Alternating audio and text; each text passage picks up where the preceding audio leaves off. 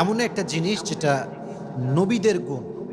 প্রত্যেকটা নবী ধৈর্যশীল ছিলেন, প্রত্যেকটা নবী সবের ছিলেন, প্রত্যেকটা নবীকে আল্লাহ তাআলা শক্তির মতো একটা অসাধারণ ক্ষমতা দিয়েছিলেন। প্রিয় ভাইয়েরা, সবর হচ্ছে এমন একটি হাতিয়ার, এমন একটি যন্ত্র যা কখনো ব্যর্থ হয় না। সবর এমন একটি যন্ত্র যা কখনো বৃথা যায় না, এবং সবরকে আল্লাহ তাআলা এমন একটি তীর বানিয়েছেন যা কখনো লক্ষ্যভ্রষ্ট হয় না, এবং সবরকে আল্লাহ তাআলা এমন একটি দুর্গ বানিয়েছেন যা কখনো ধ্বংস হয় না।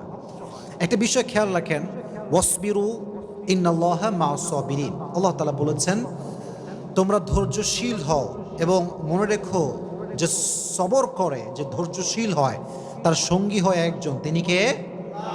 আল্লাহ তার সঙ্গী হয়। এখন প্রশ্ন হচ্ছে যে সবর, ওয়াই সবর ইজ মোস্ট ইম্পর্ট্যান্ট? সবরটা গুরুত্বপূর্ণ কেন? আমার চোখে চোখ রাখেন, আমি একটু বোঝাবার ট্রাই করি যে সবরটা গুরুত্বপূর্ণ কেন।